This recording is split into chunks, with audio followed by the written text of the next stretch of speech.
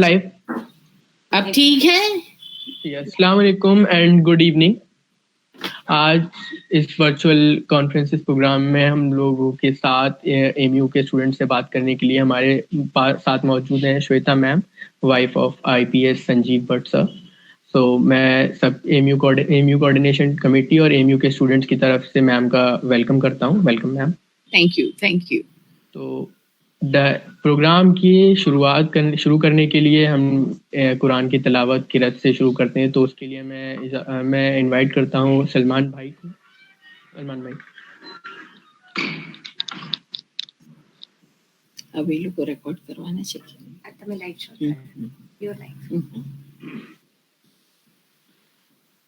अस्सलाम वालेकुम। सबसे पहले मैं प्रोग्राम से पहले एक शेर पढ़ना चाहता हूँ। शाम दर शाम जलेंगे तेरी यादों के चिराग, नस्ल दर नस्ल तेरा दर्द नुमाया होगा। तो इसी दर्द को लेके प्रोग्राम मुनाकिद किया गया है और मैं इस महफिल का आगाज कुरान करीम की तिलावत से कर रहा हूँ। अऊज़ु बिल्लाहि मिनश शैतानिर रजीम, बिस्मिल्लाहिर रहमानिर रहीम। कुल हुवल्लाहु अहद, अल्लाहुस समद, लम यलिद वलम यूलद वलम यकुल लहू कुफुवन अहद। सदक़ल्लाहु मौलानल अज़ीम।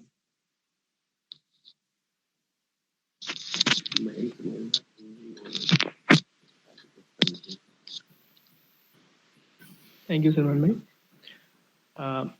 अब ज़्यादा वक्त वेस्ट ना करते हुए मैं डायरेक्टली मैम से दरख्वास्त करता हूँ कि वो हमारे स्टूडेंट से और हम लोगों से मुखातिब हों।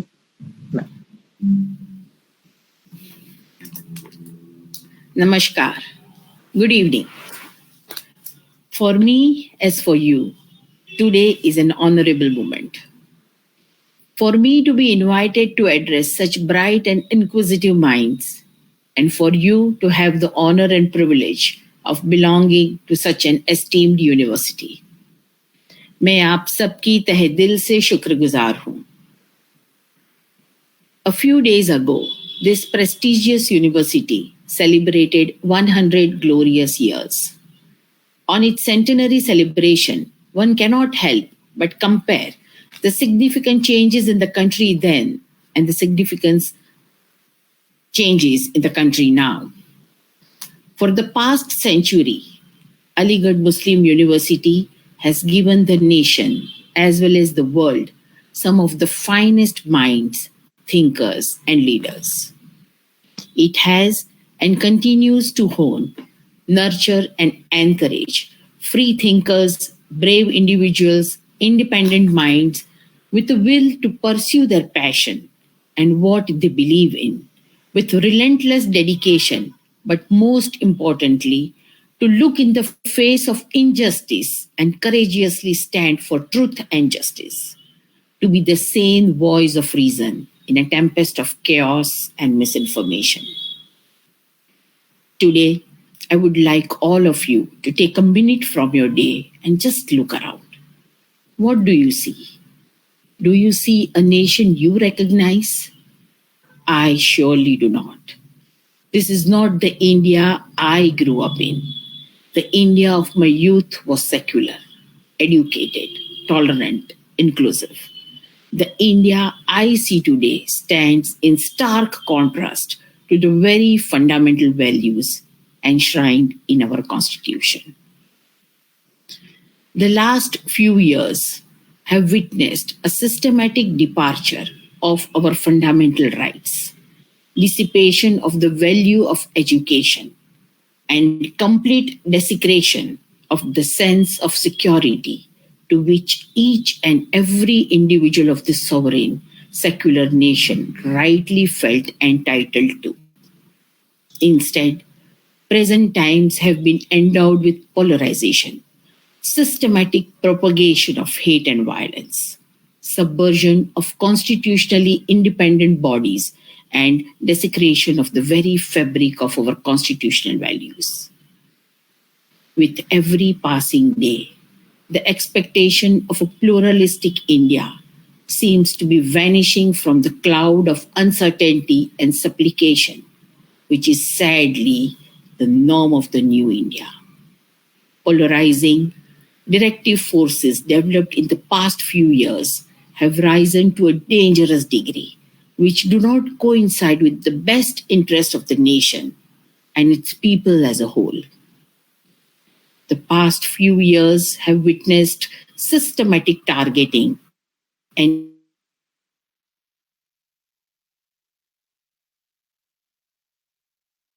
journalists, officers, students, any and everyone who dared to raise a voice of dissent. Dangerous precedents have been set by making examples out of honest, upright, and diligent individuals who have demonstrated the courage to stand up and question this regime. Be it the likes of Gauri Lankesh, Justice Loya, Father Stan, numerous students and individuals who are being penalized and incarcerated for protesting peacefully. Our time today may run out, but perhaps the list of innocent men and women vindictively victimized by this regime would not. My husband, Mr. Sanjeev Bhatt, is an example of one such dangerous precedent set by this regime. My husband, Mr. Sanjeev Bhatt, is the sole surviving witness to the state's complicity in the 2002 Gujarat pogrom. Over 2 decades, Sanjeev has been paying the heavy price of having the unyielding courage and integrity to stand up against this draconian regime. 31 years ago, freshly graduated from IIT Mumbai, Sanjeev joined the Indian Police Services. Fire in his heart and dreams in his eyes. He wanted to change the world. For 27 years, Sanjeev Bhatt dedicatedly and diligently served the people of this country, dispatching his duty with utmost integrity and honor. His years of diligent service were rewarded in the end by endless persecution, vindictive hounding, and political victimization. All because he dared to speak up against this regime, while others cowered behind deafening silence. 2002, as many of you will remember, marked a dark phase in the history of modern-day India. Following the riots of 2002, in 2009, a court-appointed commission was set up to investigate the state's complicity in the 2002 Gujarat pogrom. While the majority of the officials either feigned amnesia or refused to depose before the commission, my husband courageously and truthfully deposed before various courts appointed commissions at great personal and professional cost, knowing fully well the dire repercussions his honesty would garner. The vindictive victimization of my husband, Mr. Sanjeev Bhatt, started in 2009, only dangerously escalating with every passing year. Despite being continuously victimized and hounded by the state, Sanjeev did not once break down or succumb to political pressure. This is what Sanjeev Bhatt is, a man who always puts the interest of others before his own, a man of immense honor and integrity. Since then, no stone has been left unturned to discredit, malign, and destroy my husband's reputation and credibility, using any and every means to intimidate, break, and bury my husband's voice and resolve. However, the harassment took a new, more frightening and ugly turn in 2018. On the 5th of September 2018, the police barged into our home in the early hours of the morning and took away my husband under the false pretext of questioning. him in a 30-year-old case, a case which has been duly investigated and stayed by the court decades ago. In an attempt to permanently silence and discredit my husband, in a gross miscarriage of justice, my husband, Mr. Sanjeev Bhatt, was maliciously and falsely framed and convicted to life imprisonment in a 30-year-old case for a crime he did not commit, a case which is nothing but a work of fanciful and unsubstantiated presumptions. His only crime being that he did not buckle under political pressure, that he dared to stand up against some of the most powerful men in present-day India.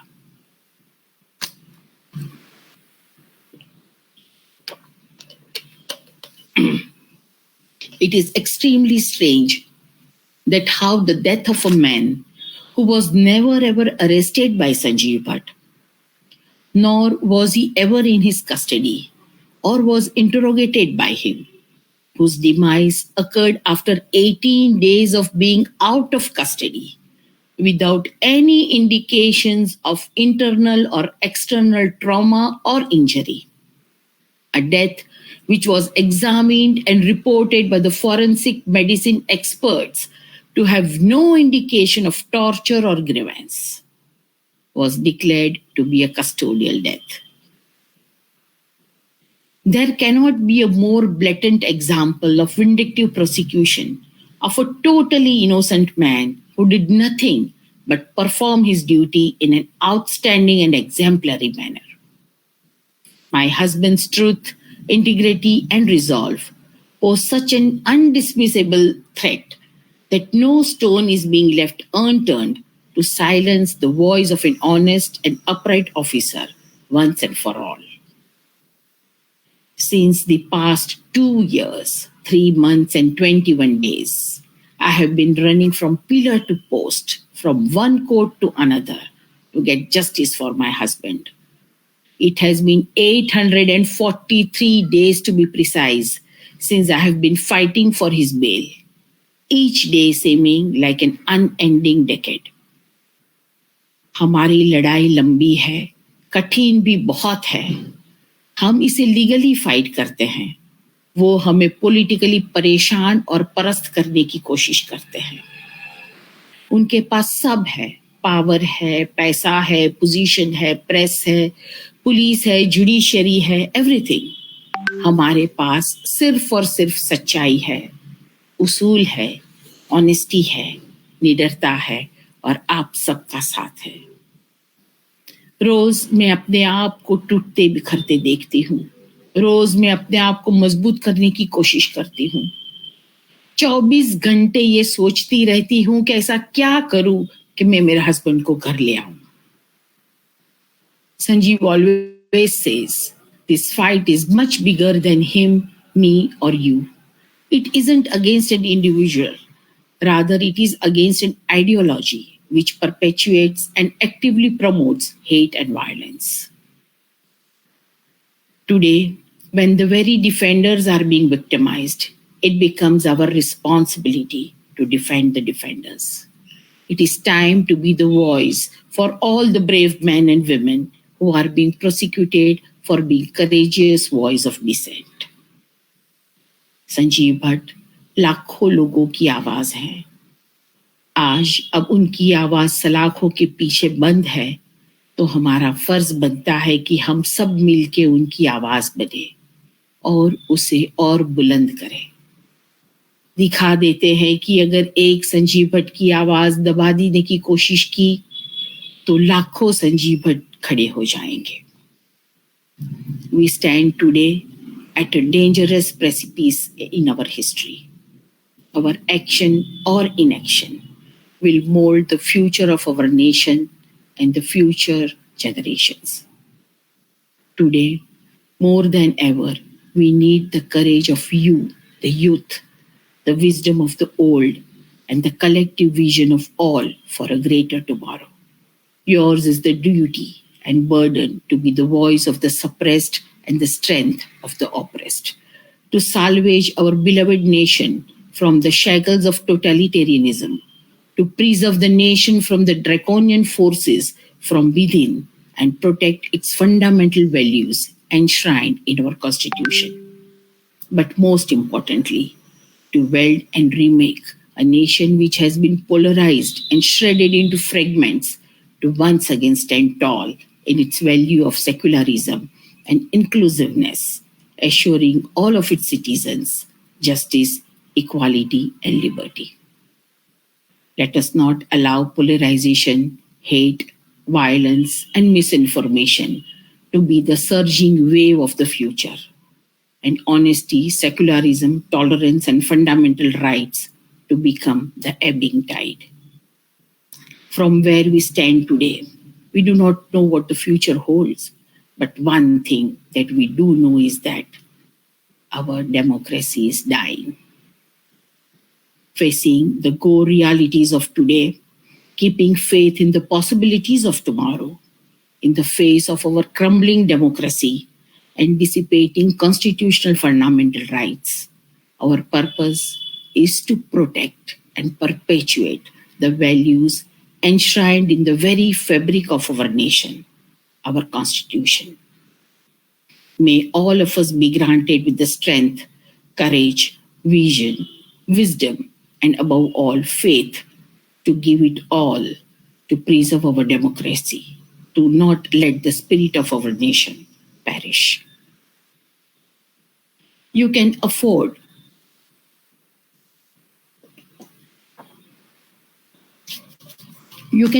to stay apolitical only if you don't mind losing all the liberties that you associate with being human. If you choose to pretend that Indian democracy will continue to survive without your honest and informed participation, then you forfeit the right to complain about anything that goes wrong with you and your loved ones. We will have to be the winds, the sail, and the rudder in the sea of subversion and misinformation that steers the nation towards change. When repression and injustice becomes the norm, resistance becomes our duty. I would like to conclude by reciting a couplet which is very dear to Sanjeev. सिर्फ हंगामा खड़ा करना मेरा मकसद नहीं, सारी कोशिश है कि ये सूरत बदलनी चाहिए। मेरे सीने में नहीं तो तेरे सीने में सही, हो कहीं भी आग लेकिन आग जलनी चाहिए। Thank you so much. Thank you. Thank you, ma'am. Surely ये सूरत बदलनी चाहिए और हम एमयू कोऑर्डिनेशन कमेटी और एमयू के सारे स्टूडेंट्स ये मानते हैं कि संजीव सर और आप और आपकी फैमिली जस्टिस और ट्रुथ का और पावर स्ट्रेंथ का फेस है। Thank you. Justice will be served, we believe. Finally मैं वोट ऑफ थैंक्स के लिए क्वेश्चन आंसर सेशन के लिए I open the comment section. Yes. Okay, I'll get it to you.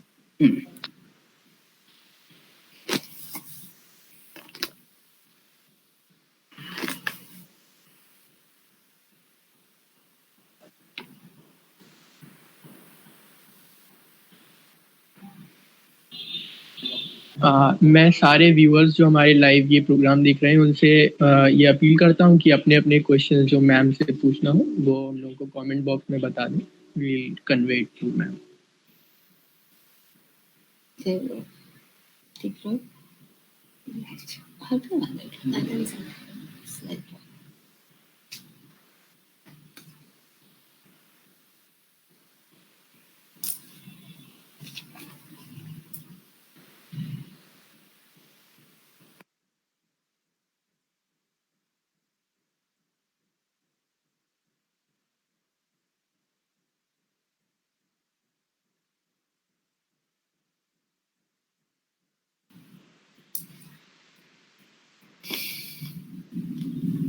No questions?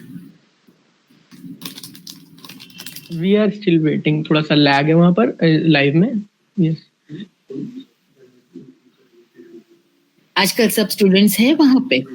Not actually, सब लोग नहीं है, क्योंकि यूनिवर्सिटी सिर्फ ऑनलाइन मोड पर ही रन कर रही है। अच्छा।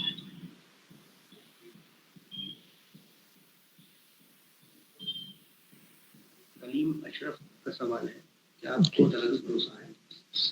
तो हमारे पास पहला सवाल कलीम अशरफ साहब के साथ कलीम अशरफ साहब की तरफ से है कि क्या आपको अदालत पर भरोसा है मैम? जी, बहुत बहुत भरोसा है, और सुप्रीम कोर्ट पे सबसे ज्यादा है। वहीं जाएंगे और न्याय पक्का मिलेगा। बेशक इंशाल्लाह।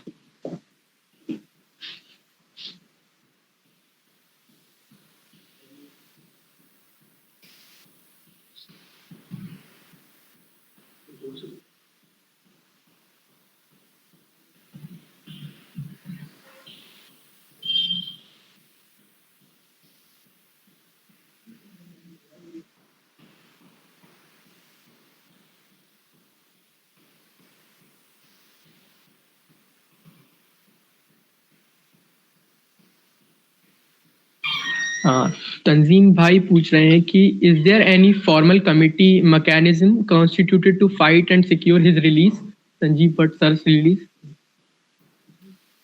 कमिटी तो नहीं होती है इसमें, ये तो we have to fight it legally. तो वकील रखेंगे, वकील फाइट करेंगे ये केस।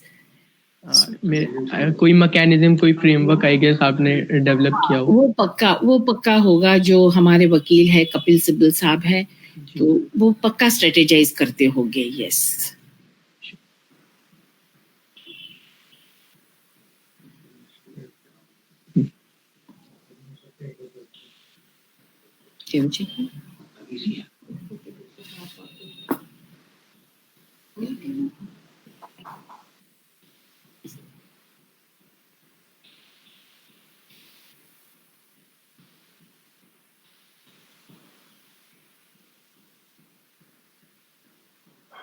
कलीम अशरफ साहब पूछ रहे हैं कि अदालत अभी तक कोई सही कार्रवाई कर पाई?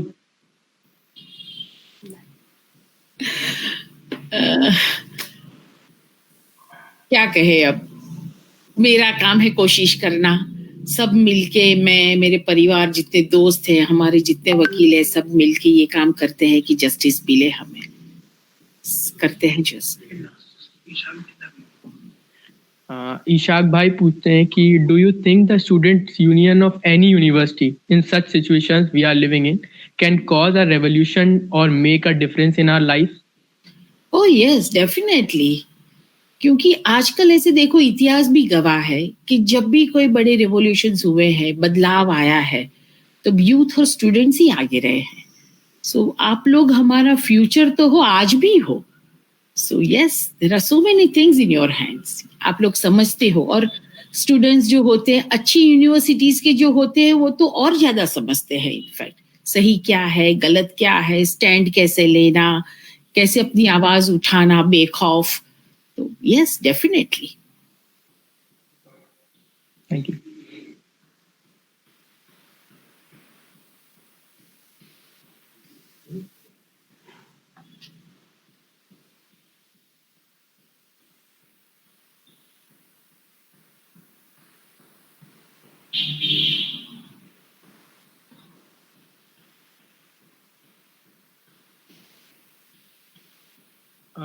जुबैर भाई पूछ रहे हैं कि क्या मोदी जी ने अपने बचाव के लिए संजीव सर को जेल में डाला है? ये तो उनको मोदी जी को पूछना पड़ेगा ये क्वेश्चन।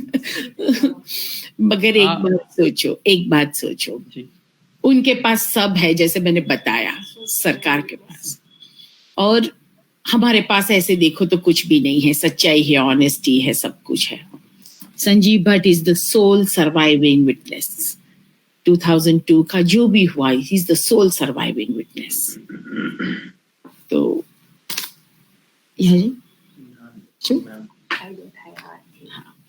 तो अगर उनको डिस्क्रेडिट करते हैं, संजीव भट्ट को डिस्क्रेडिट करते हैं, और तो किसको फायदा होगा, आप सोचो। और दूसरा, पूरा तंत्र, इतना सब जो संजीव भट्ट के पीछे पड़ गया है, इनको पुराने केसेस, गलत केसेस में फंसाया जा रहा है, 30-30 साल पुराने केसेस में। क्यों? लाखों रुपए वकीलों पे खर्च होते हैं सरकार की तरफ से, क्यों? तो ये सब सोचने की बात है।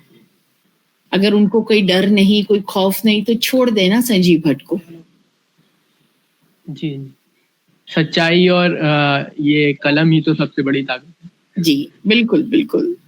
इमरान भाई का सवाल है कि ma'am, as a consortium of active student, I want to ask whether any kind of help is required for the perusal of your issue, ma'am. If you need any help, or we can help you. नहीं, आप सब लोग साथ हो, आप सब लोग आवाज उठाते हो, और इनफैक्ट जैसे मैंने कहा कि Sanjiv Bhatt has been a voice of so many people. अब जब वो नहीं है अभी, तो आप लोग उसकी आवाज बने और बुलंद आवाज बने। और हम सब मिलके काम करेंगे। बात यह है, मैं अकेली ये लड़ाई नहीं लड़ सकती, मुझे सबका साथ चाहिए। और चेंज, बदलाव जो भी हम कहते हैं, वो तभी आ पाएगा जब हम सब मिलके संजीव भट्ट के अधूरे काम पूरे करेंगे। तो यस, आप सबका साथ चाहिए और आप सब हमारे साथ हो, that is what matters. Thank you.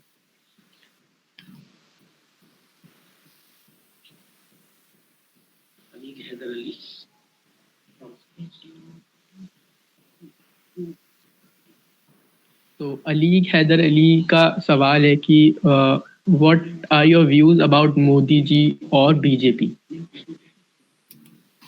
ये बहुत पर्सनल बात हो जाएगी, ऐसी बातें नहीं करनी है। हम स्टूडेंट से मिलने आए हूँ तो वैसे ही रखते हैं अपने। Let us not make it political. Nauman साहब का सवाल है कि नेशनल मीडिया से कितना सपोर्ट हासिल है आपको इस केस को? मीडिया क्या है कि मुझे लगता है कि आजकल मीडिया को जो करना चाहिए वो फ्रीली करती नहीं है, और शायद लगता है कि कर पाती नहीं है। Maybe whatever the reason maybe, there are two forces which are always active, one is greed and one is fear.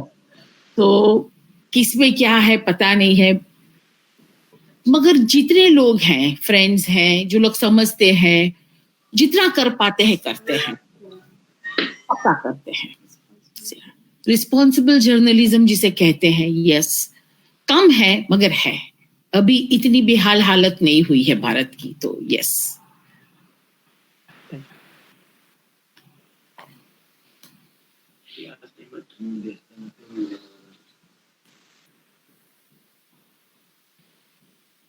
रियाज अहमद का सवाल है कि इतनी स्ट्रेंथ आपको स्टेट से लड़ने के लिए इंस्पिरेशन कहाँ से मिली आपको?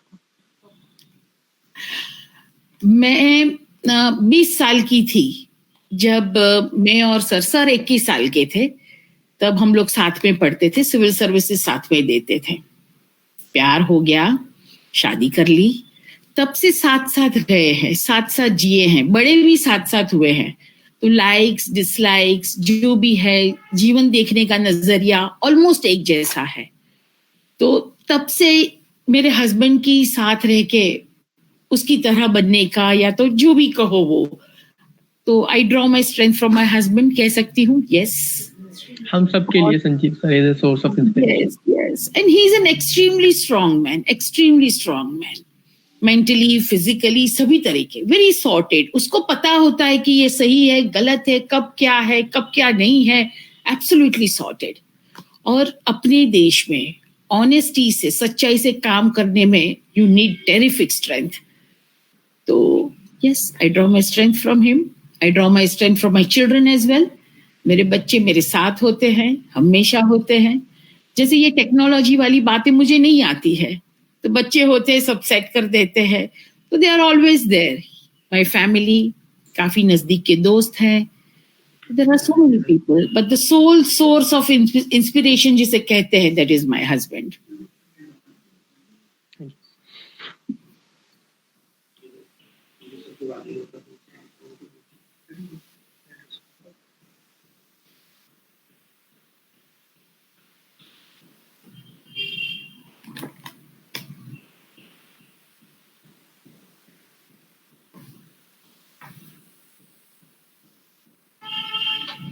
हिरा अली की तरफ से सवाल नहीं, but AMU has always been vocal against injustice prevailing in any corner of the world. We are with you. Thank you so much. मेरा थैंक्स पूरे एमयू को, सभी बच्चों को, और आप सबको कभी भी कोई भी बात पे जरूरत पड़े मेरी, just me and Sanjiv my husband, we are always there with you. इस पे क्या दूसरी राय है?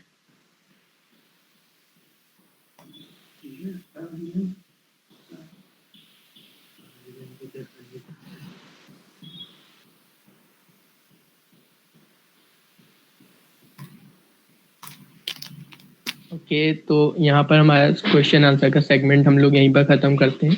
थैंक यू मैम सारे सवालों के जवाब देने के लिए. एट लास्ट मैं कंक्लूजन के लिए आमिर भाई को इनवाइट करता हूँ वोट ऑफ थैंक्स के लिए. आमिर भाई, ओवर टू यू. एक सवाल और है मैम. हाँ बिल्कुल बिल्कुल. Okay, is democracy still alive? I mean the way activists are being targeted, or anyone who speaks against the government are being raided by CBIs or different agencies. तो सवाल अब्दुल्ला साहब का ये है कि is democracy still alive? Your views, ma'am. Democracy is dying. पक्की बात है. And the onus lies on us कि हमें उसे बचाना है. हम ऑटोक्रेसी की तरफ जा रहे हैं और हमें पता भी नहीं है. तो डर का माहौल है. अब हर जगह डर का माहौल है. बोल नहीं सकते, खा नहीं सकते मनपसंद का, पहन नहीं सकते मनपसंद का, फोन टैप होते हैं, शादी भी हमारे बस, इससे शादी करनी उससे शादी करनी वो भी हम तय नहीं कर सकते. कौन से religion is a very personal affair. Basically श्रद्धा की बात है, मगर वो भी हमारे हाथ में नहीं है. तो धीरे धीरे सबवर्जन बहुत बढ़ रहा है. अनलेस एंड अनटिल हम इसे सही तरीके से रोकेंगे नहीं तो हमें पता भी नहीं चलेगा और हम ऑटोक्रेसी में आ जाएंगे. सो डेमोक्रेसी को बचाना है, बहुत बड़ी जिम्मेदारी है. आप लोगों पे ये जिम्मेदारी है, यूथ एंड स्टूडेंट्स. हमारी गाइडेंस है, हमारी जरूरत पड़ेगी, हम साथ हैं, सब कुछ है, मगर the onus lies on all of us. Yes. शुक्रिया. वोट ऑफ थैंक्स के लिए ओवर टू आमिर भाई.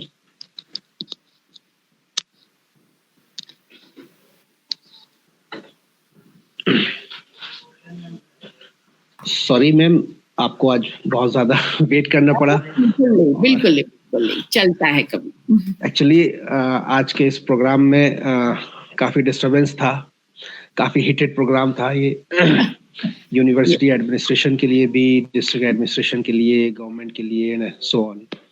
चलो सही. तो मैम आपका बहुत बहुत शुक्रिया, आज आपने स्टूडेंट्स के लिए टाइम निकाला. और इफ इज इट पॉसिबल, क्योंकि ऑलरेडी लेट हो चुका है, तो आपका टाइम बहुत कीमती है, हम इसकी वैल्यू को समझते हैं. तो अगर आपके पास थोड़ा सा टाइम हो तो मैं कुछ अपने व्यूज रखते हुए कंक्लूड करूं. अरे बिल्कुल, you are most carry on.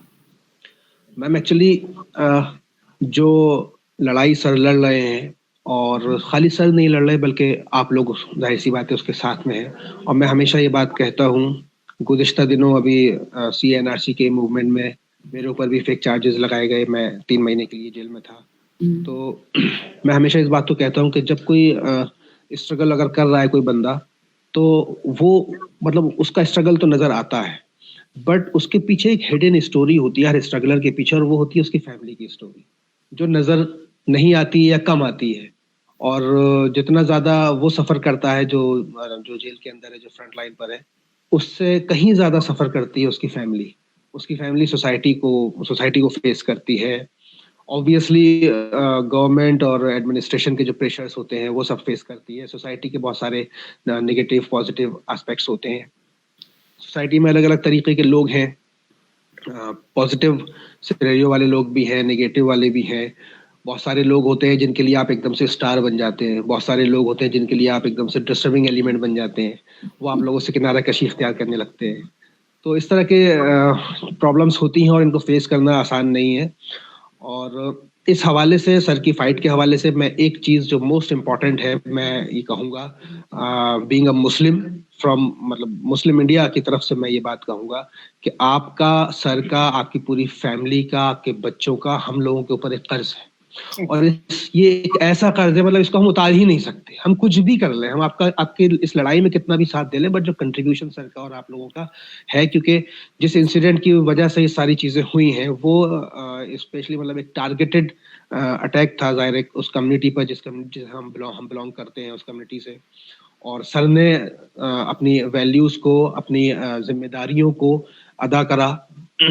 No doubt वहां सर के ऊपर दो जिम्मेदारियां थी, एक प्रोसिक्यूटेड कम्युनिटी थी जिसके आगे सारी चीजें थी, दूसरी ये कि being a civil servant sir के ऊपर जो जिम्मेदारियां थी पूरी ईमानदारी से सर ने उसको अपने समझा और उसको उस रोल को प्ले करने की कोशिश करी। तो यहाँ दो चीजें बहुत ज्यादा मतलब इम्पोर्टेंट मैं कहूँगा कि इन्वॉल्व है। एक है इंडिया और दूसरा है अलीगढ़। इंडिया वो मुल्क कि जिसने अभी सिर्फ 74 इयर्स पहले आज़ादी हासिल करी कॉलोनियलिज्म से, और थ्रू एक्टिविज्म, जाहिर है उसमें एक्टिविज्म का बहुत बड़ा रोल रहा, बहुत सारे लोगों की बहुत सारी कुर्बानियां थी।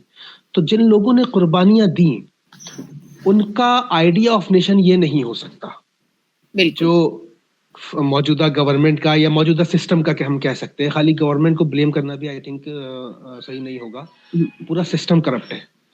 तो मौजूदा सिस्टम जो है ये मतलब उन लोगों का ख्वाब नहीं था जिन लोगों ने अपनी जानों के नजराने पेश किए इस मुल्क की आज़ादी के लिए, ये उन लोगों का ख्वाब नहीं हो सकता। और ठीक बिल्कुल वैसे ही आज अलीगढ़ का अपना रोल है कि अलीगढ़ के जो फाउंडिंग फादर्स हैं, फ्रॉम सर सैयद टू उनके जितने भी साथी थे, उन लोगों का आइडिया ऑफ अलीगढ़ ये नहीं था जो आज एमयू एडमिनिस्ट्रेशन का रवैया इस प्रोग्राम के हवाले से हम लोगों के साथ में रहा है, सिर्फ इसलिए क्योंकि गवर्नमेंट को प्रॉब्लम है, तो गवर्नमेंट की तरफ से प्रेशर है, वो लोग सरकारी मुसलमान बनकर रह चुके हैं। ये बिल्कुल मतलब मैंने बोला, अभी कुछ लोग आए हुए थे इस प्रोग्राम के शुरू होने से पहले ही, तो मैंने उन लोगों को बोला, मैंने कहा देखिए आप लोग नौकरी कर रहे हैं, नौकरी करें, कोई इशू नहीं है, आप गवर्नमेंट पीपल से, ठीक है, बट इस बात को रियलाइज कर लें कि संजीव भट्ट साहब, वो जिस कॉज के लिए वो बंदा आज जेल में है, वो लोग रिलीजियस पॉइंट ऑफ व्यू से तुम्हारे थे, वो रिलीजियस पॉइंट ऑफ व्यू से संजीव भट्ट के लोग नहीं थे, वो तुम्हारे लोग थे जिनके लिए संजीव भट्ट जेल में है और तुम आए हो हमें प्रोग्राम जो है पोस्टपोन करने के लिए, कहने के लिए। तो ये एक समझना होगा। तो आज की जो जनरेशन है वो मतलब इंडिया के लिए भी लॉयल नहीं है, और जो अलीगढ़ के लोग हैं वो अलीगढ़ के लिए लॉयल नहीं है। जो इंडिया के लोग समझते नहीं है, कई बार ऐसा होता है कि लोग समझते नहीं है, तो उनको जरा समझाना पड़ता है, सही दिशा दिखानी पड़ती है। अगर उतना कर दिया और अगर दिल में हिम्मत है, ताकत है, थोड़े बहुत उसूल है, तो बंदा ठीक हो जाएगा आगे जाके, इतना मुझे लगता है। तो हमारा ये फर्ज बनता है कि उनको सही तरीके से गाइड करते, specially the youth and the students. ठीक से संवार देंगे तो हमारा कल अच्छा बना देंगे वो लोग, इंशाल्लाह, होप सो।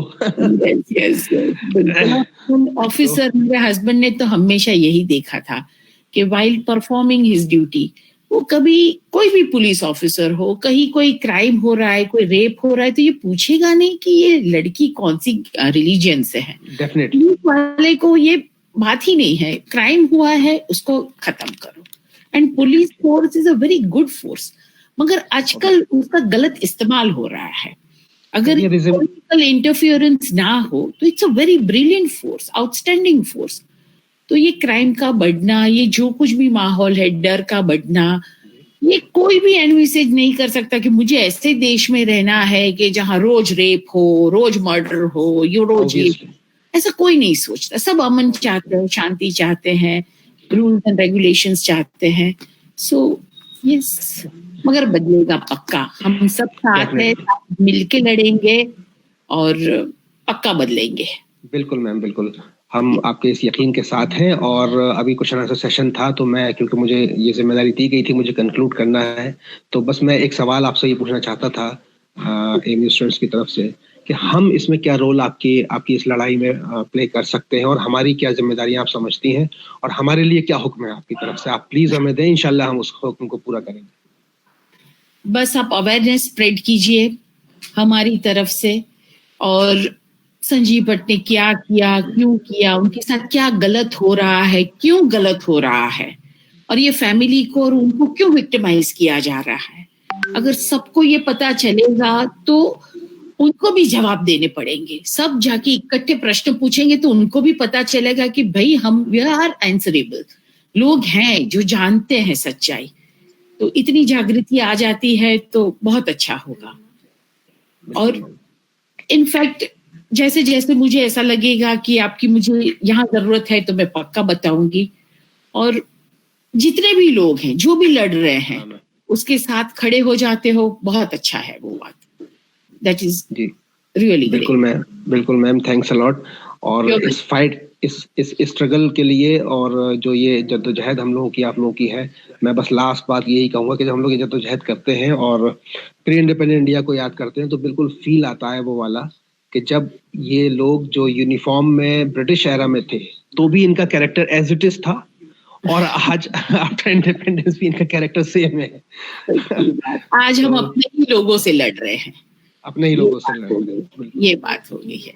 तो मैम ये प्रोग्राम हम लोग कंक्लूड कर रहे हैं, और आगे मैं उम्मीद करता हूं कि हम लोग आपके साथ रहेंगे, जैसे भी मतलब वक्तन फवक्तन जैसे भी जरूरत पड़ेगी आप हमें ऑर्डर करेंगे और हम उस ऑर्डर को पूरा करेंगे।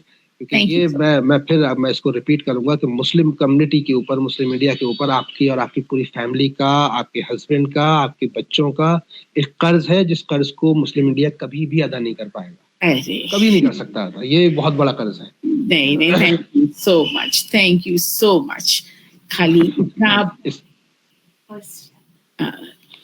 ये संजीव भट्ट की ड्यूटी थी और हम सबकी ड्यूटी है। सो आगे भी कभी भी जरूरत पड़ी यही स्टैंड लेंगे, so don't worry. Thank you ma'am.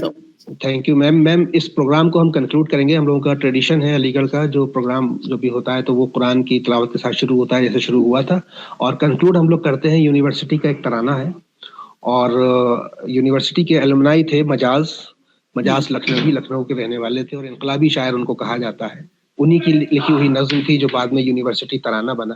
तो हम उसको प्ले करेंगे और फिर आपसे इजाजत चाहेंगे मैम। बिल्कुल। अच्छा, थैंक यू।